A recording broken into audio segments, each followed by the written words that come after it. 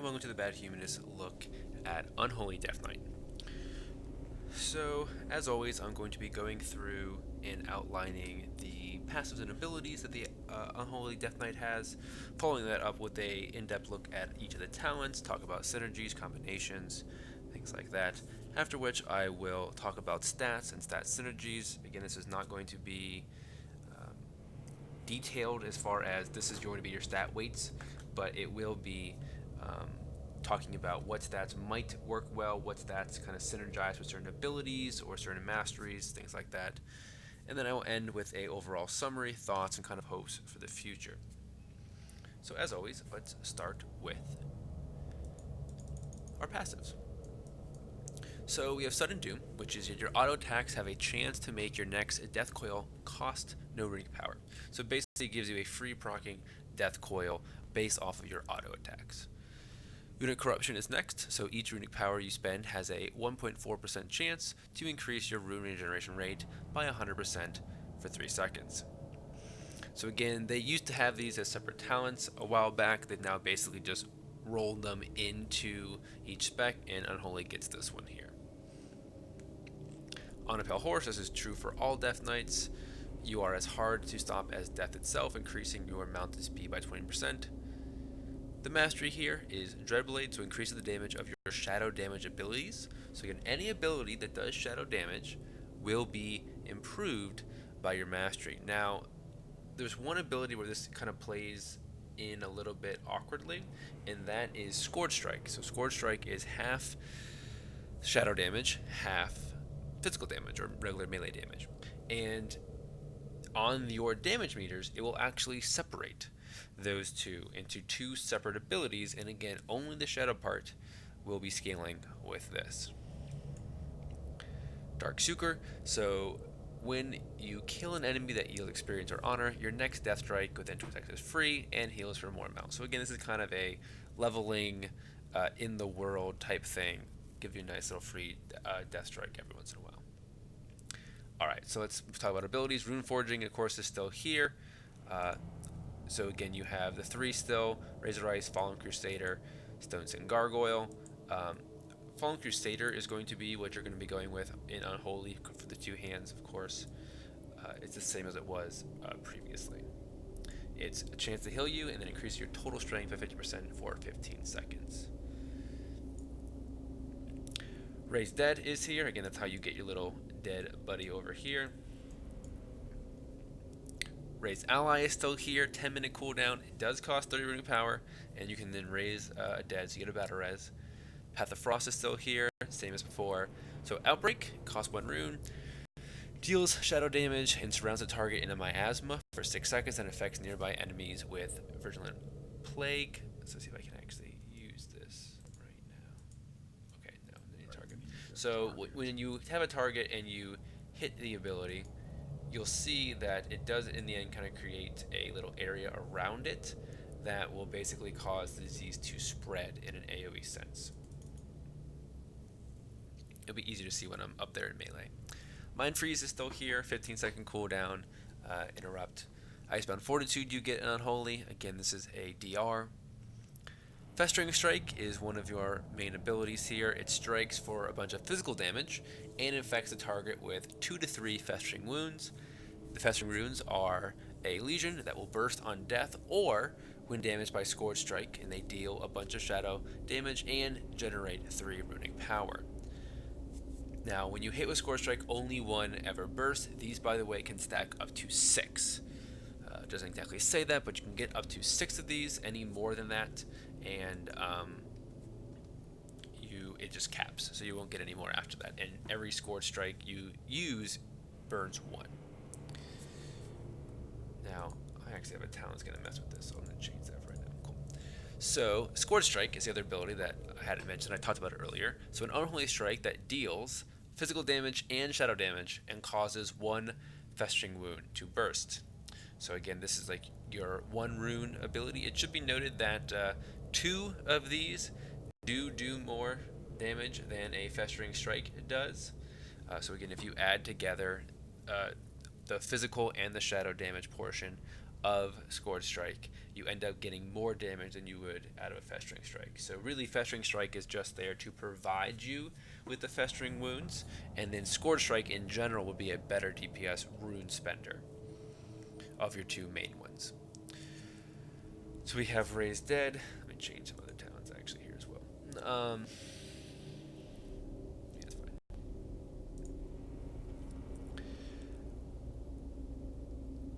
All right, so cool. Death's Advance is now your main movement. So again, it used to be that you would have the Wraith Walk. That ability is now a talent, and Death's Advance is now your actual movement. 4 second cooldown. Again, it increases your movement speed by 30%. You can't be slow below 100.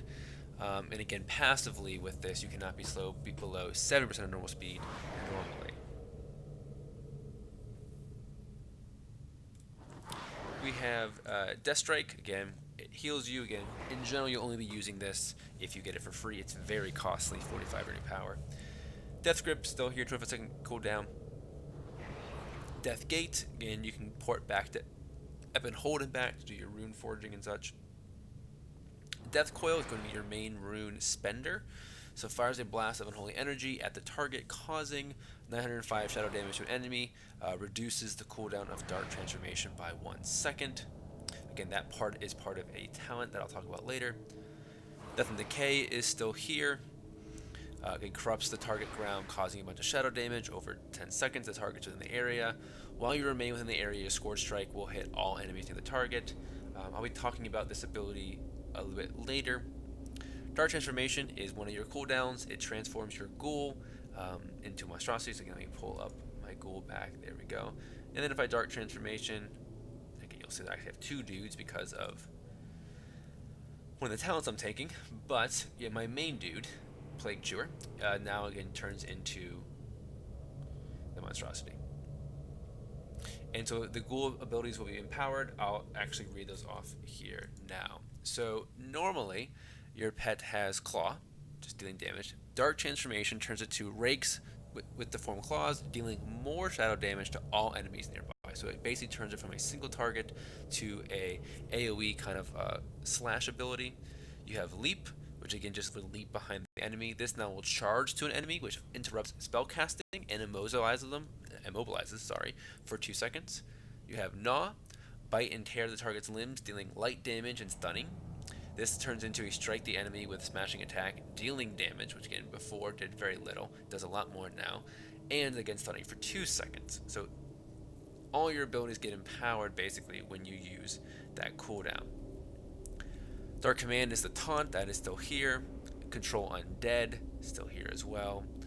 Chains of Ice is here, shackle the target, cause them to be frozen. There you go. Army of the Dead is still here, cost 3 runes, 8-minute cooldown. Summon the Legion of Ghouls, who swarm the enemy, fighting anything they can for 30 seconds. Like before, they'll hit anything and everything that's in the area. Apocalypse now is your other cooldown. So it's a 1.5 minute cooldown, and it deals shadow damage and bursts up to 4 festering wounds on the target.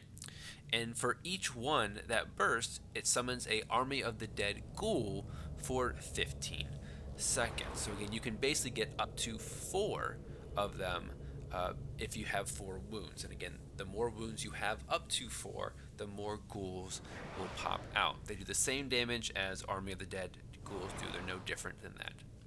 And then you have AMS. Again, 1 minute cooldown, absorbs, and again, it still generates RP for any damage absorbed. So you can actually again use this as like an RP generator on some fights. Okay, now let's look at the talents. So Unholy's talents are a bit interesting because there seems to be multiple different synergy trees that really depend upon, in some degree, the 100 talent row. So because of that, I'm going to actually start this with the 100 row. So you have Summon Gargoyle, which summons a gargoyle into the area to bombard a target for 30 seconds. It gains 1% increased damage for every 2 rating power you spend. So the idea here is you're going to call it in, and you're going to try to dump as much RP as you possibly can in that period of time. So as far as other talents are concerned, there's no real talents that are going to directly help bump this up. In general, you just want to be spending RP. So if anything, you want things that are going to help you generate RP, um, which again would just be spending your scored strikes and festering strikes a bit more often. Unholy Frenzy, 1.3 minute cooldown, so 1 1/3 minute cooldown. So it sights you into a killing frenzy for 12 seconds, increasing haste by 20% and causing your auto attack to infect the target with festering wounds. So this allows you to very quickly build up festering wounds during this 12-second window, and it basically leads to a spamming of Scourge Strike. Now, because of this, this build here really, in my opinion, builds around the idea of bursting the festering wounds. And you'll see here that a number of talents revolve around increasing the damage or increasing the effectiveness, if you will, of bursting festering wounds. Now, I will also say that in the top row, the 56 row here, because you're already generating them, I found that Inflected Claws during that time just caps you. Right? Your ghoul generating them is nice, but during that window it kind of hurts. Whereas Clawing Shadows, which basically replaces Scourge Strike, you saw me have this earlier, and it just deals shadow damage, ends up doing more damage and really helps that burst window. So I do think with Unholy Frenzy that Clawing Shadows is going to be good. I'll say that in general Clawing Shadows might be good just because this will scale with Mastery much faster than Scourge Strike would. And again, Festering Strike does not scale at all with Mastery because it's just physical damage. Only the Festering Wounds portion would be scaling. Okay, so other than that, you have Army of the Damned. So Death Coil reduces the cooldown of Apocalypse by 1 second and Army of the Dead by 5. The main talent that synergizes with this is Harbinger of Doom. So Sudden Doom triggers 50% more often. And again, Sudden Doom is the free proccing Death Coil. And you can accumulate up to 2 charges. This way, if you get a proc and don't spend it right away, you don't lose the proc. You can actually get 2 and use them back to back. So anytime you use Death Coil, you get a reduction. Now, I found with this talent that it can basically turn Army of the Dead from a 8-minute cooldown to a 4-minute cooldown. So depending on the scaling of Army of the Dead, which by the way does do good damage, this could be a very strong talent. Again, it also basically reduces Apocalypse as well, about in half, not nearly as much, but again, it definitely gets it down to closer to a minute cooldown instead of a minute and a half cooldown. It can be a little bit lower if you get lucky with a lot of procs and such. So this again basically just empowers your 2 major cooldowns. Personally, I do like Unholy Frenzy for the playstyle. It does kind of give you this interesting window where you're kind of just spamming and pumping your damage out. Gives you very good burst around that window as well. Summon Gargoyle I found to do very good damage. It lasts for a while, does very good damage, but again, generating RP can be a bit challenging at times, and it actually has some anti-synergy again with things like Harbinger of Doom and a couple other abilities that I don't know if it's going to be as competitive with as the other ones. Again, it could be. It's really going to depend on scaling, but again, the Summon Gargoyle play style, I would say, where you're really trying to bank away some RP, just leaves some more downtime, I think. So I really do enjoy the Unholy Frenzy, but again, pure damage-wise, there really wasn't that much of a difference between any of these talents.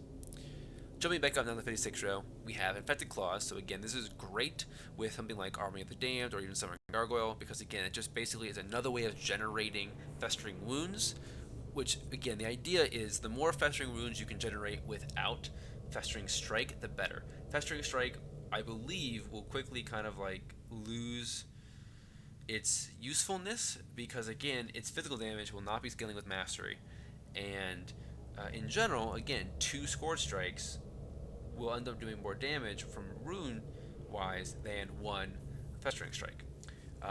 Especially when you start including in that the Scourge Strike also bursts the Festering Wound. So if you can get Festering Wounds without using Festering Strike, that's good. And that's exactly what Infected Claws does. And again, the faster your Ghoul's Claw, the more chance you get to get the Festering Wounds. Now, Almost Serves what I have talented right now. As you can see, it basically gives you a second dude. This is very similar to the Beastmaster Hunter talent, in the same position actually as well, which just allows you to summon a second pet. Same idea here. Now this pet, as you saw, does not benefit from things like Dark Transformation, and again, it just basically melees away. So there's no like extra special abilities either currently, it doesn't seem. And you'll see it counts as a Guardian instead of as like a minion, like your pet. Clawing Shadows, as I said, is the one that I really think and I saw did the best damage currently. It scales the best right now. Infecting Claws is pretty close with certain builds, but I just found that Clawing Shadows ended up being a little bit better.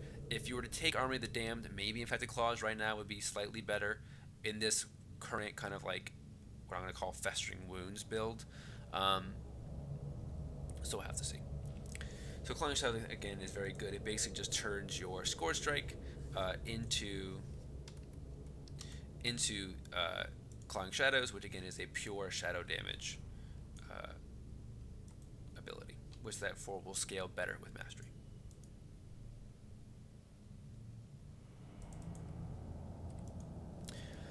So 57 row. So we have Bursting Sores. So Festering Wounds deals 20% more damage when burst, and all enemies within 8 yards of a burst Festering Wound suffer shadow damage. So this not only increases the damage of Festering Wounds deal, which helps you for single target, but it also adds in this passive AoE, which, when you think about things like Mythic Plus, I really think this type of talent does well, because Mythic Plus, it's a mixture. A lot of people think of Mythic Plus as dungeons AoE damage, but again, on tyrannical weeks, boss damage is important, so your ability to get that good single target damage out is helpful as well. So something like Bursting Swords can be very valuable there, because not only does it synergize very well with the other talents and with this kind of burst window Festering Wounds build, but again, it also gives you that passive bursting as well. And again, being that shadow damage, it's going to scale very nicely. Ebon Fever, so your Plague deals 50% more damage over time and half the duration. Again, the Plague is based off of Outbreak, so normally it's 21 seconds. This turns it to 10.5 seconds. And again, it also increases its damage 15%. Now, this is slightly better than the Affliction talent that does something very similar, because at least it buffs the damage as well as reduces the time in half. So again, this is increasing not only the damage per execute time, but the damage per second of the ability. I will admit though, I'm not a big fan of these speed up your dots talents.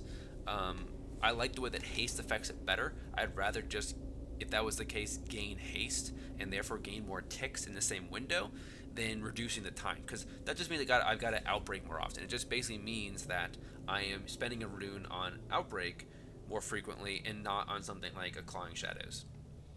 So that's my thoughts on Ebon Fever. Now again, in an AoE situation, it can be great. I think the benefit for these talents is in Mythic Plus AoE situations where you're worried about targets dying. In Mythic Plus, we all hope a pack's not up for 21 seconds, but a pack might be up for 10.5.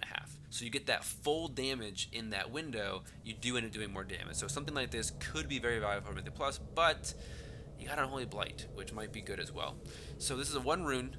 Surround yourself with a vile swarm of insects for 6 seconds, stinging on nearby enemies, affecting them with Unholy Disease that deals damage over 14 seconds. So again, it looks like this. So there you go, you see the little bugs all around you. Again, if you're near a target, they will infect it with a disease that does the damage over 14 seconds. 58 row, Grip of Dead. Again, Death in the Cave reduces the movement speed by 90%. Death Reach increases the range of Death Grip.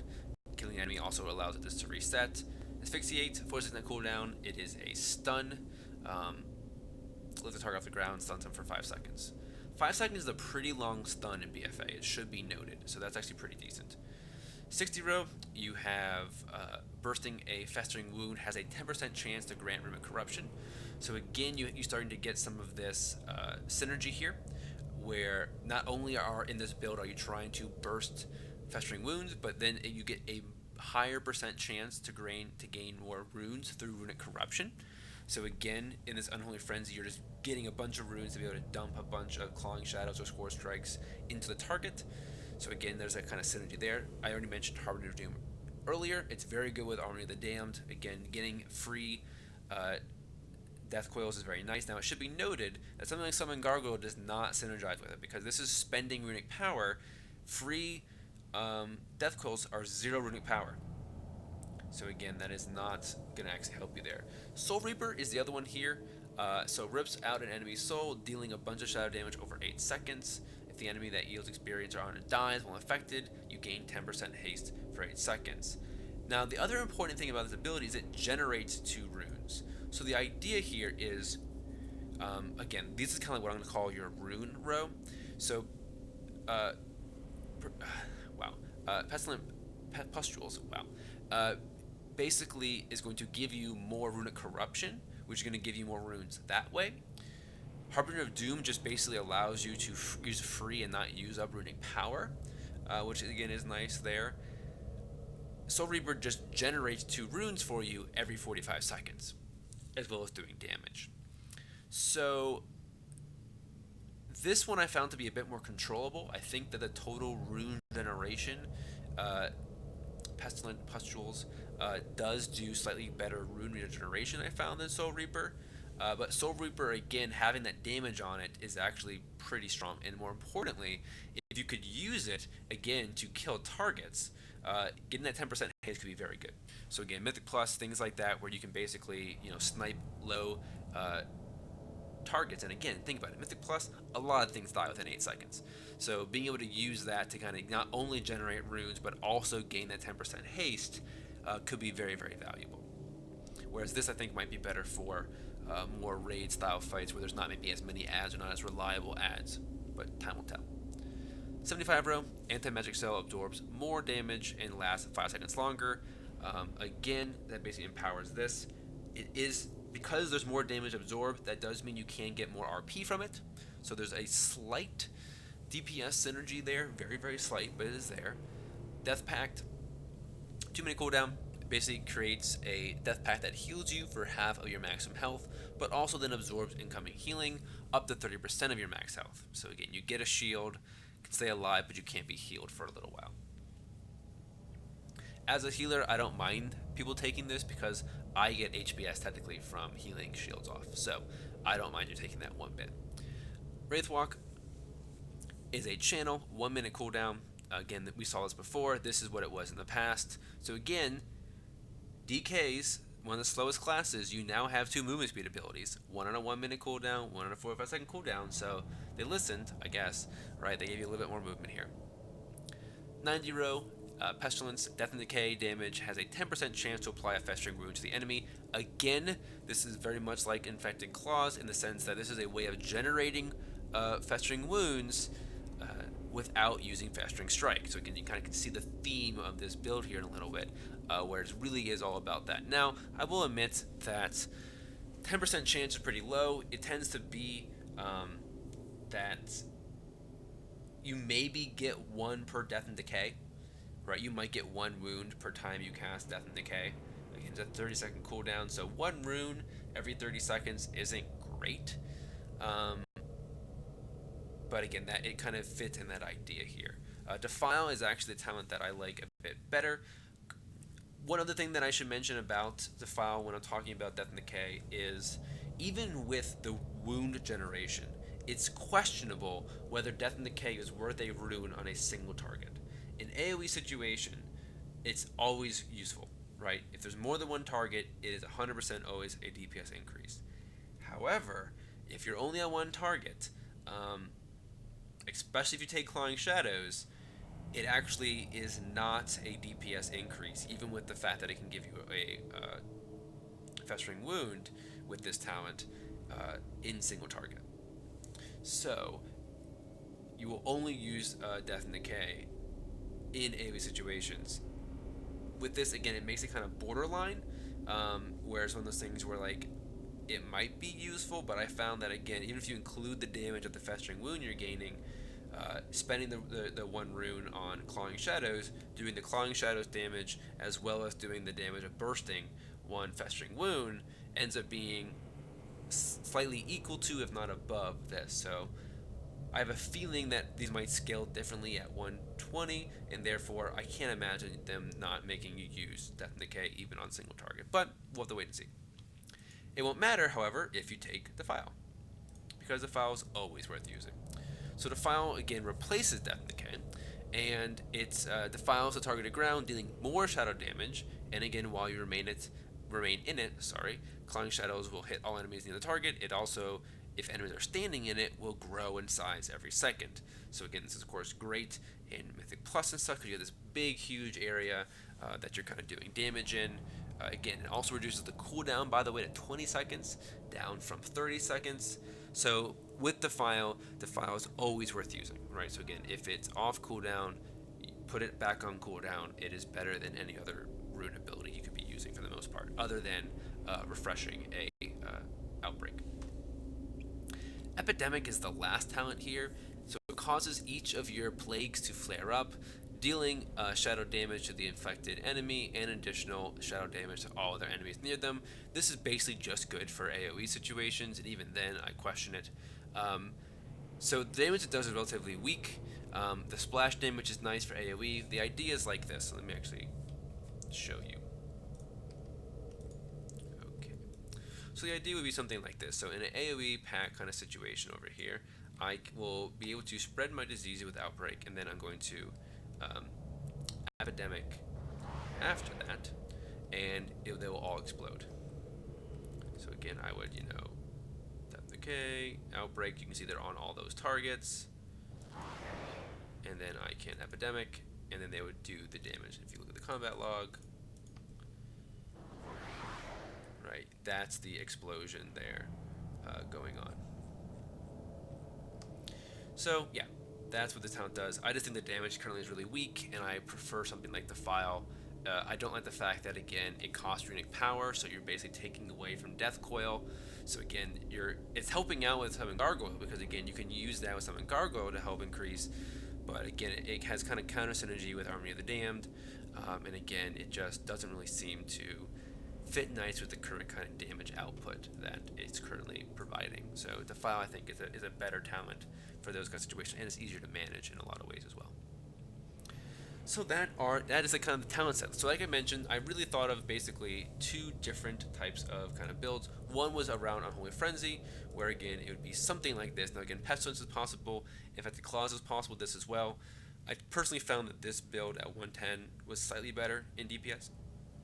Again, we'll have to wait and see what happens at 120.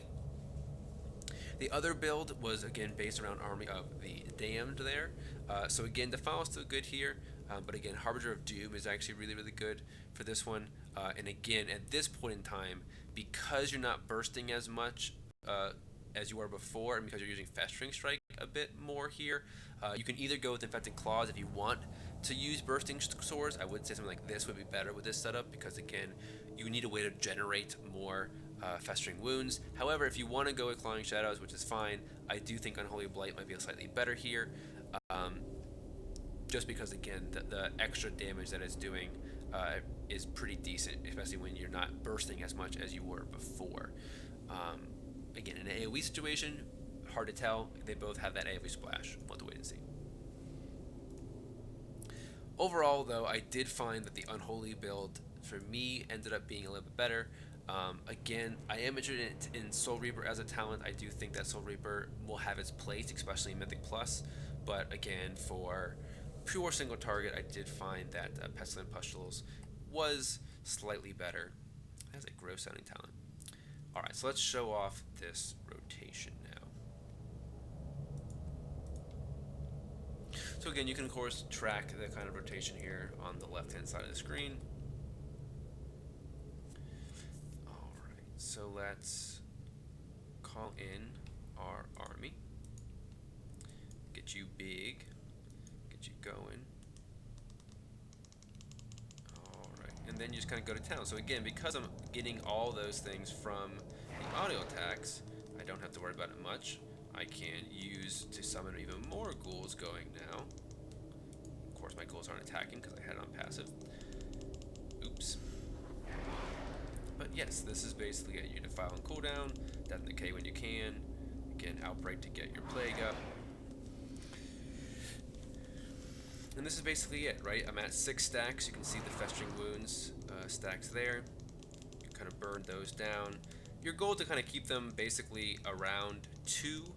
If you find yourself, because you can generate up to 3, you want to basically spend down to about 2, and then you would Festering Strikes. Alright, so get you going again. Let's Plague again next time.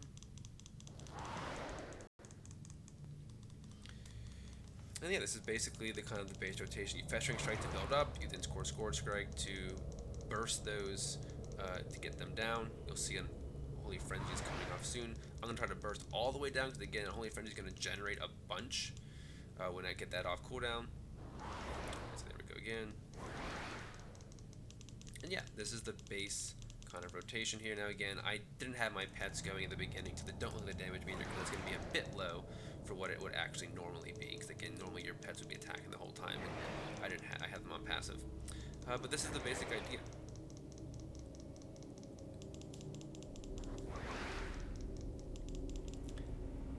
So again, you have a couple of different cooldowns to kind of manage. Again, you want to make sure you always have 4 stacks of Festering Wounds.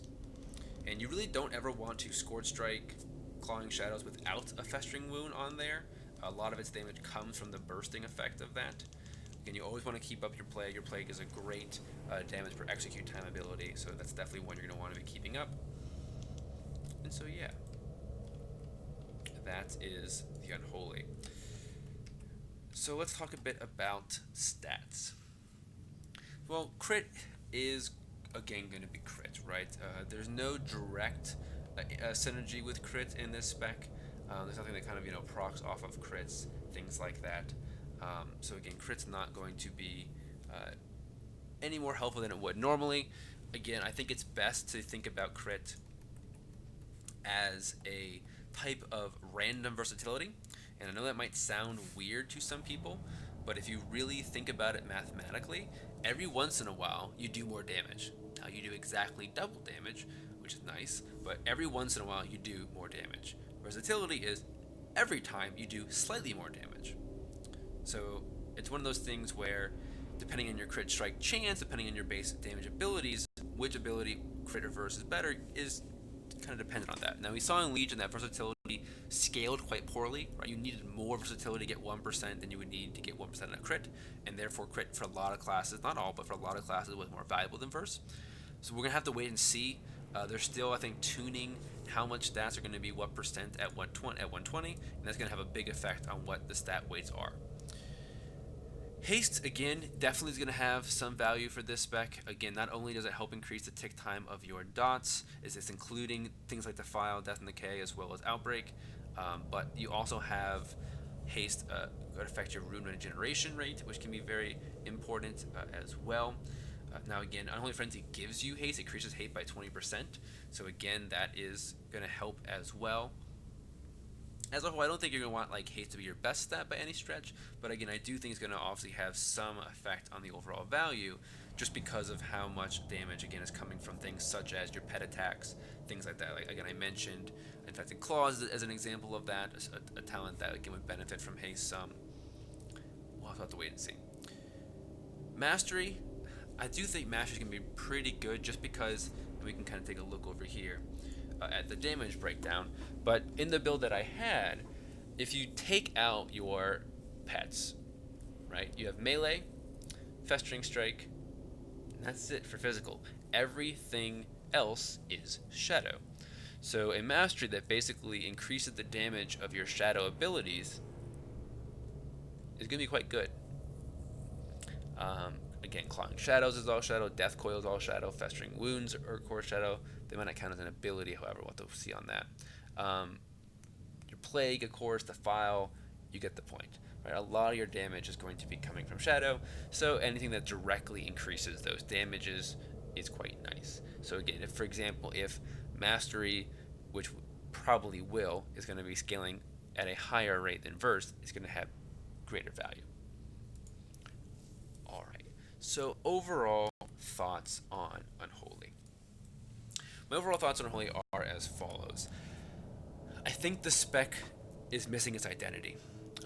When I talk about Frost in the next video, you'll see that Frost has a very specific idea what it is. I'm not exactly quite sure what Unholy is trying to be. Is it a dot plague damaging ability? Is it a pet class? Are you trying to buff pets? Are you trying to summon pets, right? It's kind of like a weird hybrid of a kind of like a dot class, because again, if you look at it, a lot of your damages are dots. I mean, Defile is a dot, your Plague is a dot. If you take Unholy Blight, that's a dot. So again, you have a lot of dots going on, and I'm just not sure what the identity really is. The fact that, again, you kind of have these two different identities of how to kind of talent as well is nice. I enjoy that, honestly. I'm just unsure if the devs really know what they want Unholy to be. And I know Unholy just went through a good number of changes here in the beta, and I'm still not sure if they have really figured out what it's supposed to be. It's not a bad spec. Again, I'm not worrying about its damage currently. It's not a bad spec. It's just I didn't find it to be the most enjoyable, I think, because I couldn't really understand what the idea behind the playstyle is. I don't get what about Unholy is supposed to be unique or interesting or engaging. It just seems as if like it has some elements of Demonology Warlock with the kind of summoning in pets and empowering pets. It has a little bit of kind of like the Avlog Shadow Priest kind of dot thing going on. Again, all Death Knight have some of that, but again, with things like Unholy Blight, that Defile, you have a bit more. I'm just not quite sure. It does bring decent utility. It has very good survivability. Of course, having the battle res is very valuable. So again, it's definitely going to have its place, I believe, in the game. The question again is just whether or not it is engaging to play, and of course whether or not in the end if the tuning and scaling scale out. I do like the talent choices. I think there's a good amount of choice. Like I said, there's viability in multiple different builds currently. We'll have to wait and see with end tuning if that stays that way. But currently, there's a lot of ways you could choose to play. Just while playing all different types, I didn't find one that I found truly enjoyable. But again, that's purely subjective. You could absolutely disagree with me, and that's okay with me. So what do you think? Again, when you try out Unholy, do you feel that, again, it's missing an identity, or do you think it has a great identity? If so, please let me know. What is Unholy's identity? Let me know what is so engaging or interesting about it as a spec. I would love to be educated on that. If you like what I put out here, go ahead and give me a like. If you dislike, give me a dislike. If you want to see more content like this, please go ahead and subscribe. Again, I'll be finishing up Death Knights here shortly. Again, the next two videos will be Frost and then Blood, and then I'll be moving on to Demon Hunter after that. So again, if you would like to see those videos, or again catch up on any of the previous videos that I have done, I've done all the 4 pure DPS classes, so if you want to check those out, again subscribe and check me out there. So thank you very much for listening, and I hope to see you in the next video.